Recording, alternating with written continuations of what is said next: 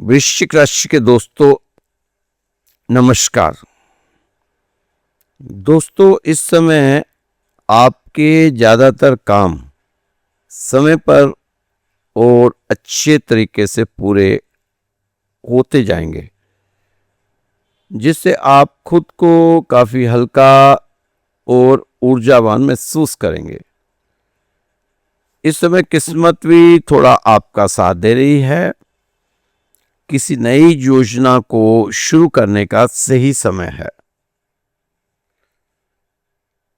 दोस्तों, इस समय किसी भी सरकारी नियम को तोड़ने से आपको परेशानी हो सकती है और आपको नुकसान भी हो सकता है। इसलिए कोई भी सरकारी नियम आप ना तोड़ें। नियम और अनुशासन के साथ चलने की सलाह आपके ग्रह इशारा कर रहे हैं। किसी योजना पर काम पूरा करने में कुछ रुकावटें आएंगी, इसलिए तनाव को अपने ऊपर हावी ना होने दें। व्यापार को बढ़ाने की योजनाओं पर विचार होगा और बेहतरीन तरीके से अपने कामों को पूरा कर पाने का आपका प्रयास रहेगा। दोस्तों, अगर परिवार में रिश्तेदारी में कोई गलतफहमी बनी हुई है तो उससे दूर करने का यह सबसे अच्छा समय है। कोई पूर्वजों से जुड़ा मामला चल रहा है तो उसका आसानी से हल निकल सकता है। इस समय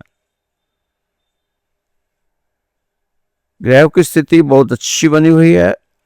आप अपनी जिम्मेदारियों को बखूबी निभाएंगे।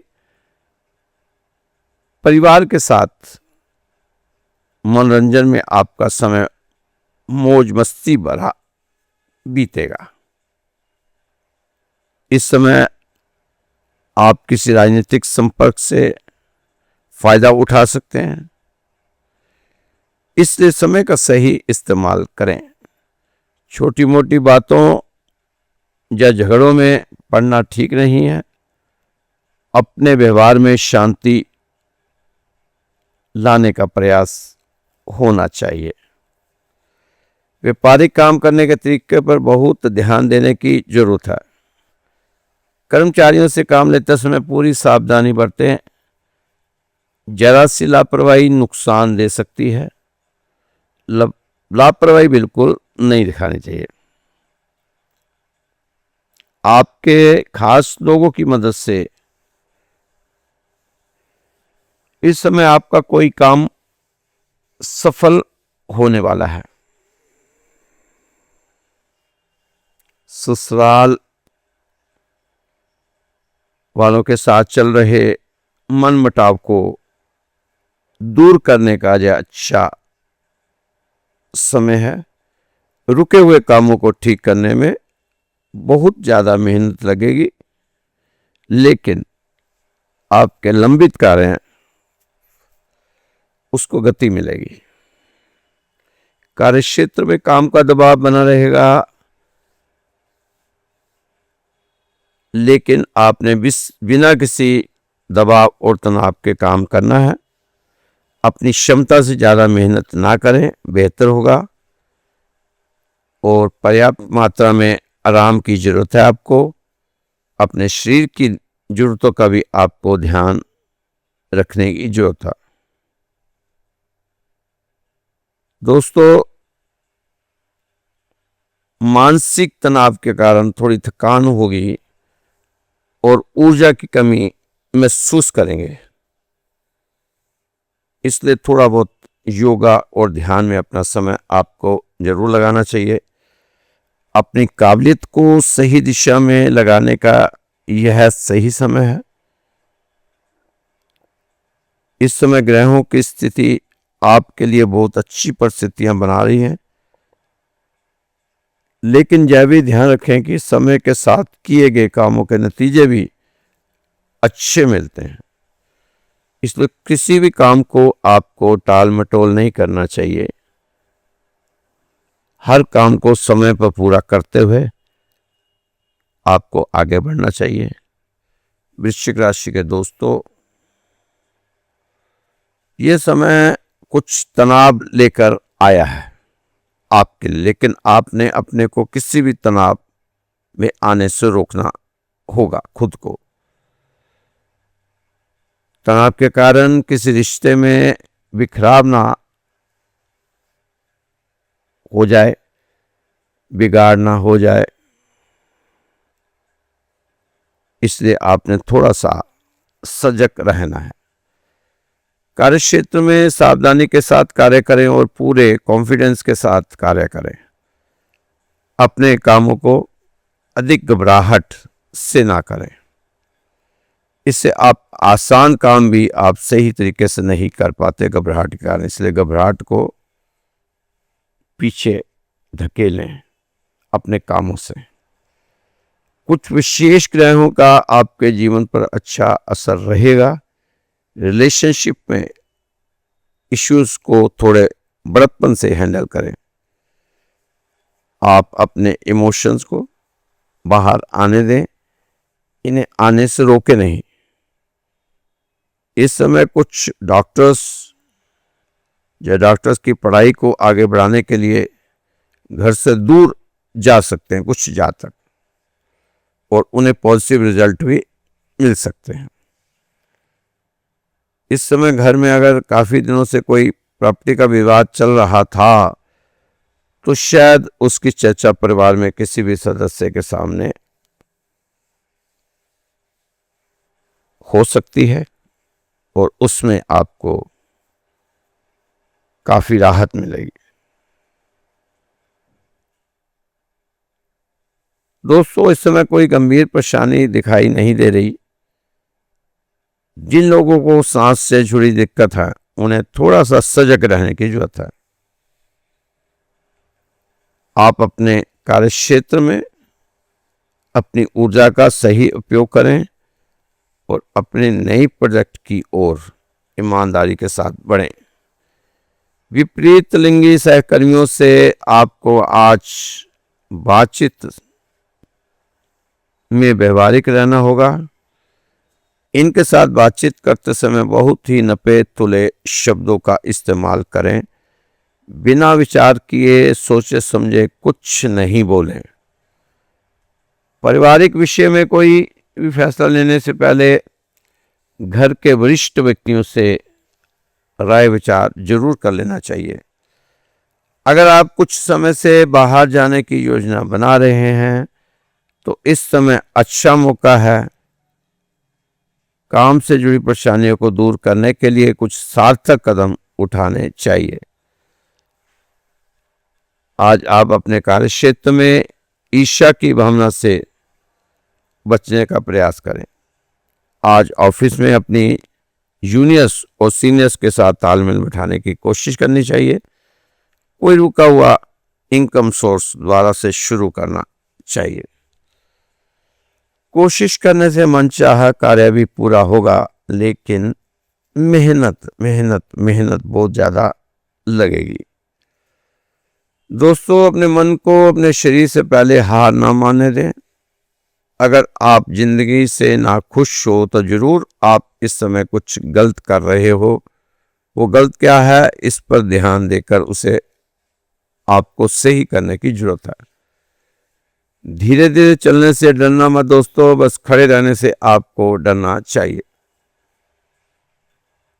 वक्त बहुत धारदार होता है, कट तो जाता है मगर बहुत कुछ काटने के बाद। दोस्तों, इस समय आप कतरा कतरा जिंदगी जोड़ सको तो जोड़ लो, ना जाने कब जीवन का पतझड़ आ जाना है। पत्ते जाएंगे, ठूठ अकेला रह जाना। ठूठ सोच के देखो, पर क्या किसी को छाया दे पाएगा? नहीं। तो इसलिए आप ठूठ ना बनो, हरा भरा वृक्ष बनो, ताकि लोगों को छाया भी मिले और फल भी मिले। दोस्तों, छोटी सी कहानी है,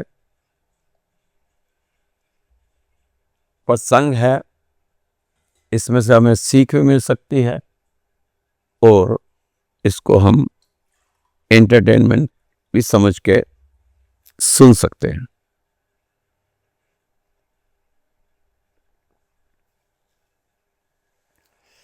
एक गांव में एक महात्मा जी आए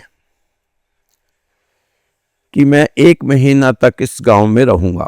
मेरा प्रवास गांव के बाहर ही एक कुटिया में है। अमावस के दिन मैं कुछ देना चाहता हूं। गांव में किसी ऐसे व्यक्ति को देना चाहता हूं जो धर्मार्थ का काम करता है और सभी का भला चाहता है।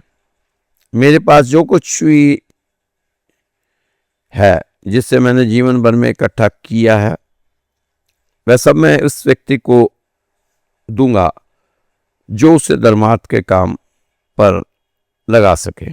मैं अपनी पूंजी उस आदमी को निस्वार्थ सौंप दूंगा और यहां से चला जाऊंगा अमावस के अगले दिन।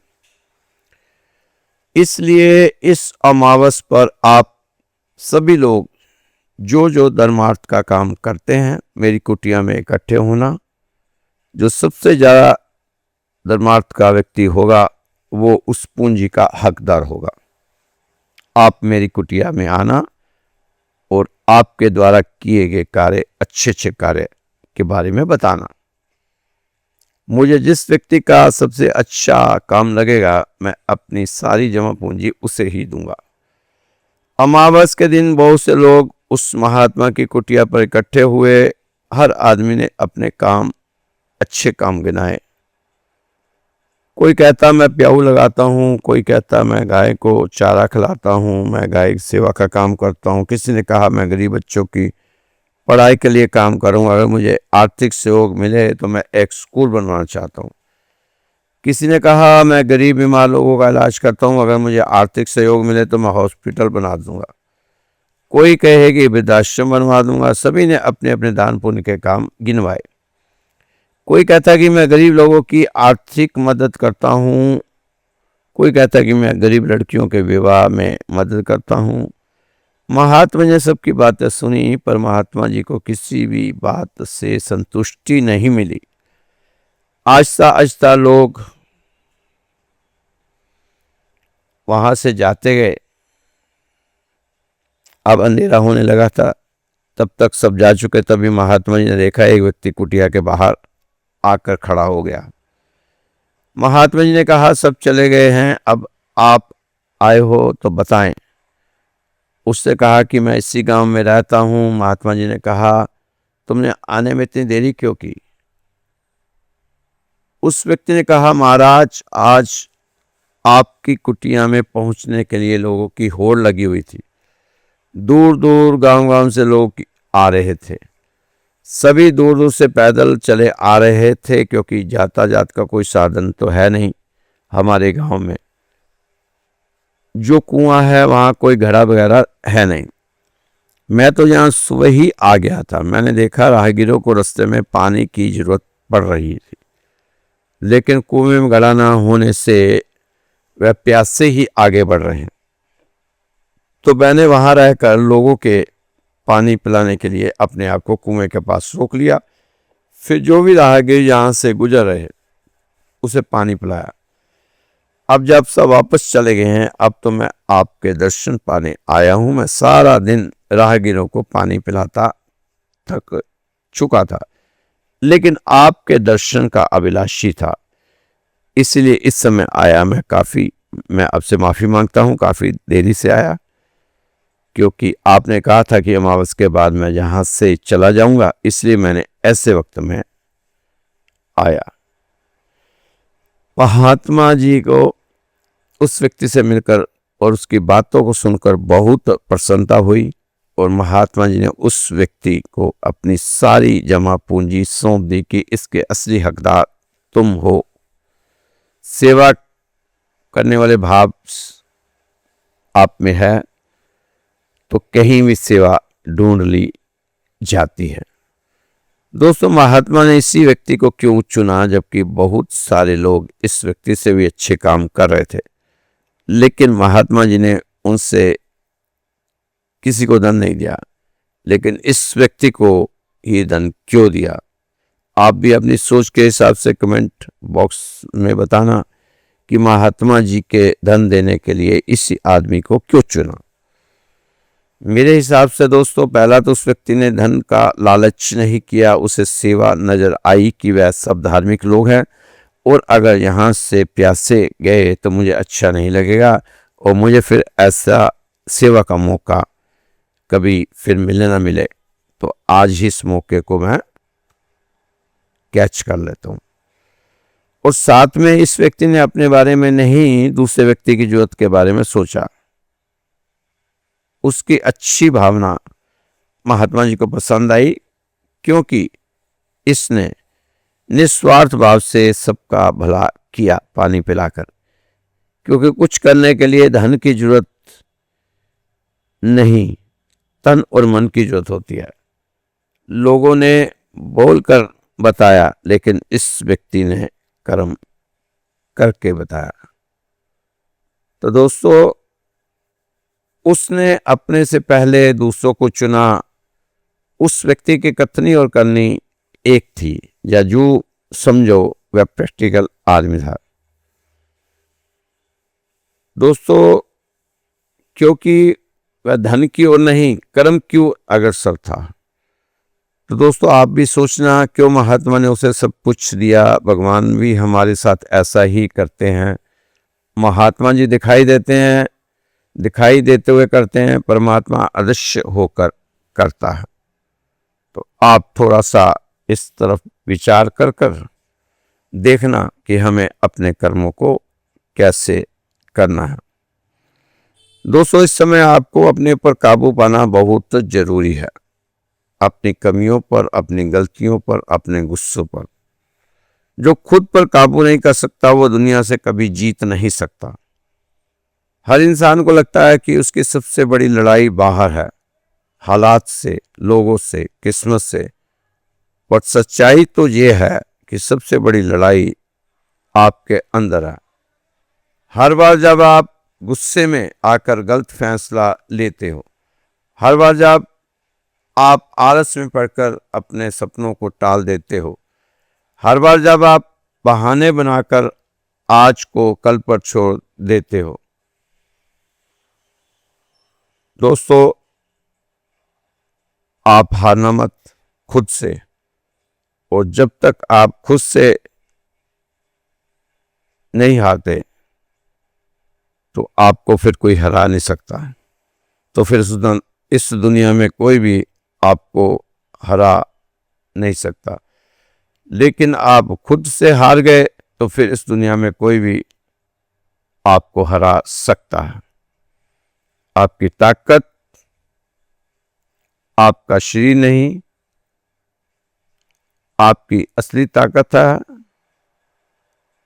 आपका आप पर नियंत्रण। अगर आप अपने मन को काबू में रख लें तो कोई परिस्थिति आपको नहीं तोड़ सकती। अगर आप अपने डर, गुस्से, लालच और आलस पर जीत पा लें तो आपको रोकने वाला कोई पैदा नहीं हुआ। सफल लोग अलग क्या करते हैं, वो भी थकते हैं, वो भी टूटते हैं, पर वो अपने अंदर की उस आग को बुझने नहीं देते। हर सुबह जब बाकी लोग सोने दो कहते हैं, तब वो खुद से कहते हैं अब उठने का वक्त है।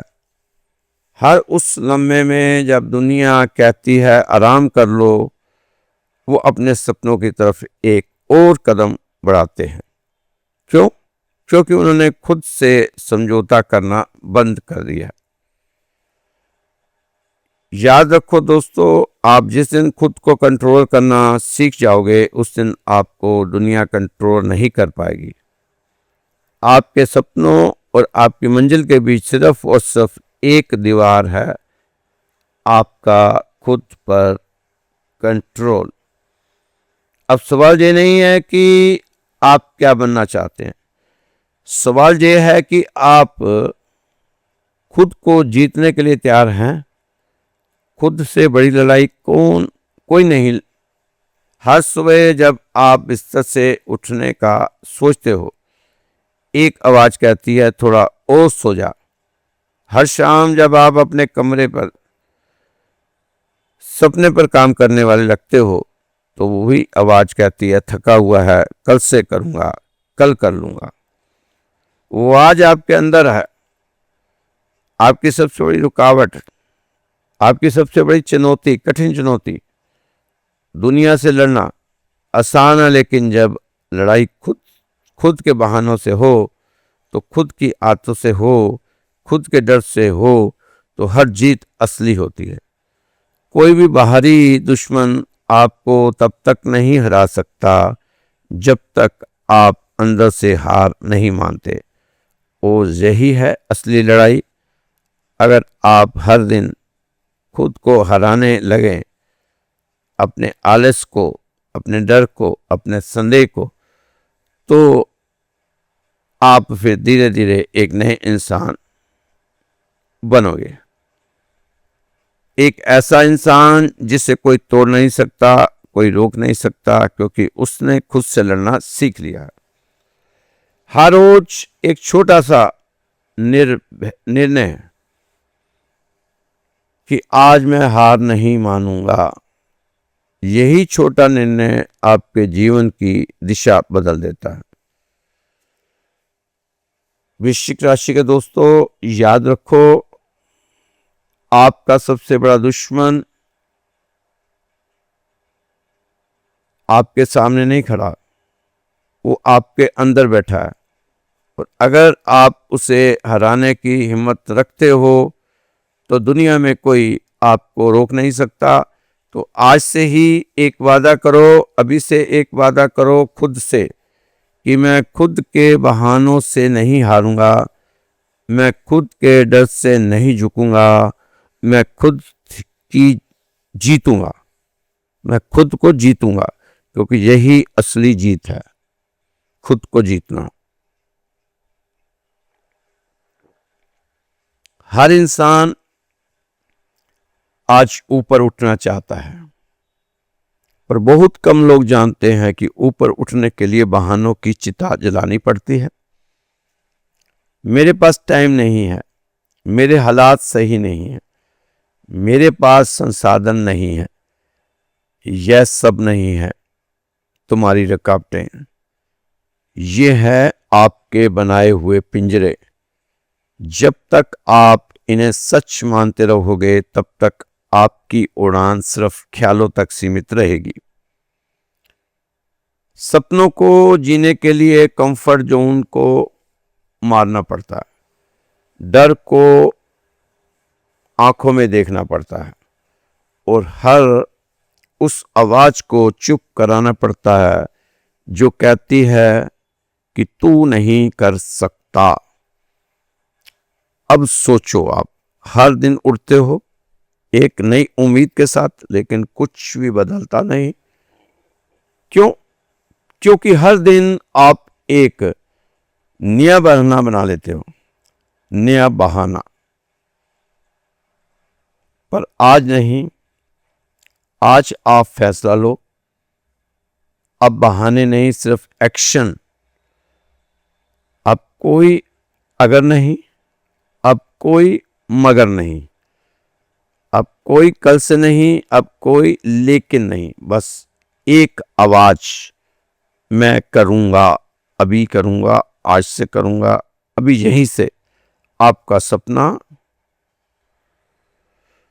दोस्तों आपसे कुछ नहीं मांगता, सिवाय इसके कि आप उसे पूरे दिल से चाहो। तो आज हर वो बहाना लिखो जो आपको रोकता है, और एक एक करके जला दो। क्योंकि याद रखो, अगर ऊपर उठना है तो बहाने जलाओ। त्याग के बिना उन्नति नहीं होती। हर सफलता की नींव में एक बलिदान छुपा होता है। लोग ऊंचाइयां चाहते हैं, लेकिन सीढ़ियां चढ़ना नहीं चाहते। लोग रोशनी चाहते हैं, लेकिन अंधेरे से गुजरना नहीं चाहते। लोग सब कुछ पाना चाहते हैं, पर कुछ भी छोड़ना नहीं चाहते। यही कारण है कि ज्यादातर लोग वहीं रह जाते हैं जहां वे हैं। जो आगे बढ़ते हैं वो जानते हैं हर आराम एक रुकावट है, हर सुविधा एक जाल है, हर मोह एक कैद है। जिस दिन आपने अपने छोटे छोटे सुखों का त्याग किया, उसी दिन आपकी तरक्की शुरू होती है। क्या आप त्याग कर सकते हो? ये आपने खुद इस चीज का आंकलन लगाने की जरूरत है। दोस्तों, जो प्रभु के किए को नहीं मानता, उसका शुक्राना नहीं करता कि मालिक पहले मेरे पास क्या था, अब तेरी कितनी कृपा हो गई। परमात्मा कहता है, आ तुझे बताऊं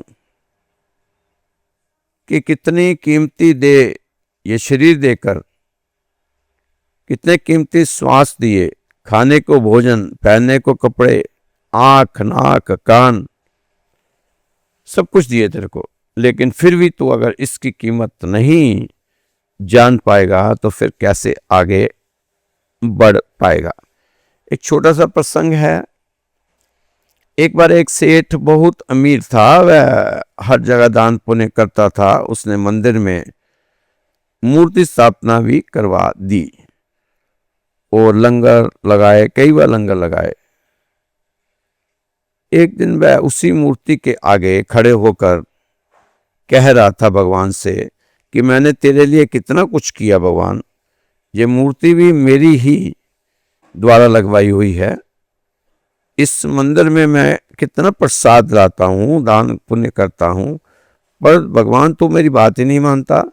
मेरी पत्नी कितने महीने से बीमार है, मेरा बेटा बिगड़ता चला जा रहा है, कहना नहीं मानता।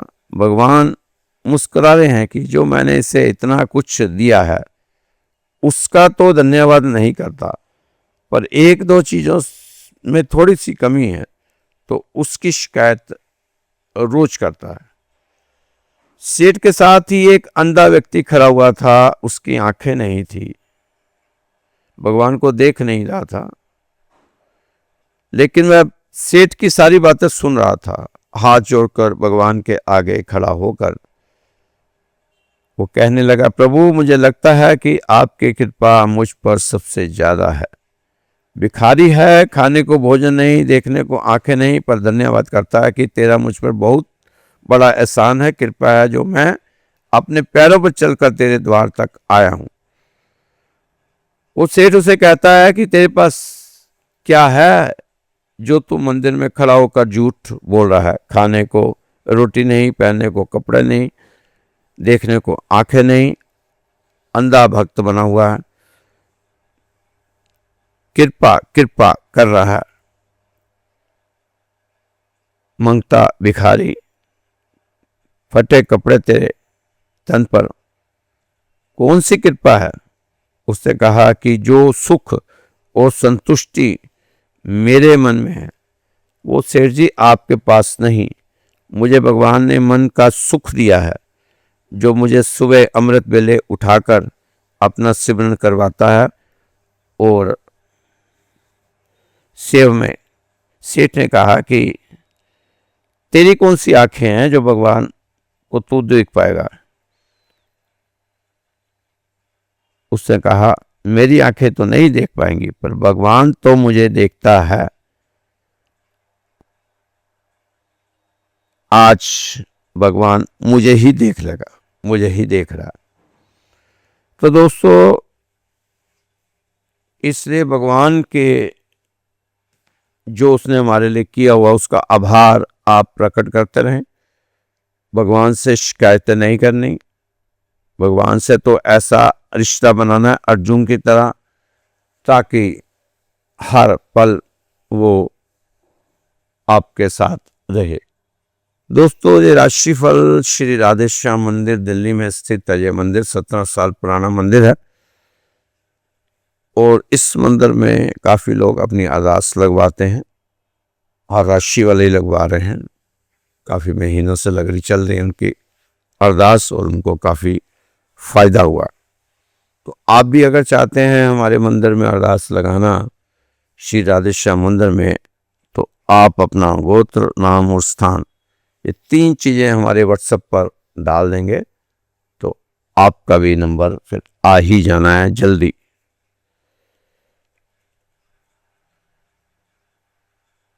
अरदास का। जैसे ही हमें आपकी ये 3 चीजें मिलेंगी, नाम, गोत्र और स्थान, तो आपका लिस्ट में नाम चढ़ जाएगा अरदास वाली में। तो सुबह और शाम आपके परिवार की सुख शांति के लिए, बच्चों की पढ़ाई के लिए, आपके कर्ज के लिए, आपके स्वास्थ्य के लिए, और आपकी जिनकी भी बेटे बेटियों की शादी नहीं हो रही, रुकावटें आ रही हैं, तो हम अरदास लगाएंगे। तो दोस्तों नंबर है मेरा 9315336907, 9315336907। ये मेरा व्हाट्सएप नंबर है। आप इस पे अपना मैसेज भेज सकते हैं, मुझसे बात भी कर सकते हैं। तो दोस्तों खुश रहो, मस्त रहो, स्वस्थ रहो, व्यस्त रहो, तंदुरुस्त रहो। कल फिर मिलेंगे आपकी राशि के साथ। जय श्री कृष्णा, जय श्री राधे।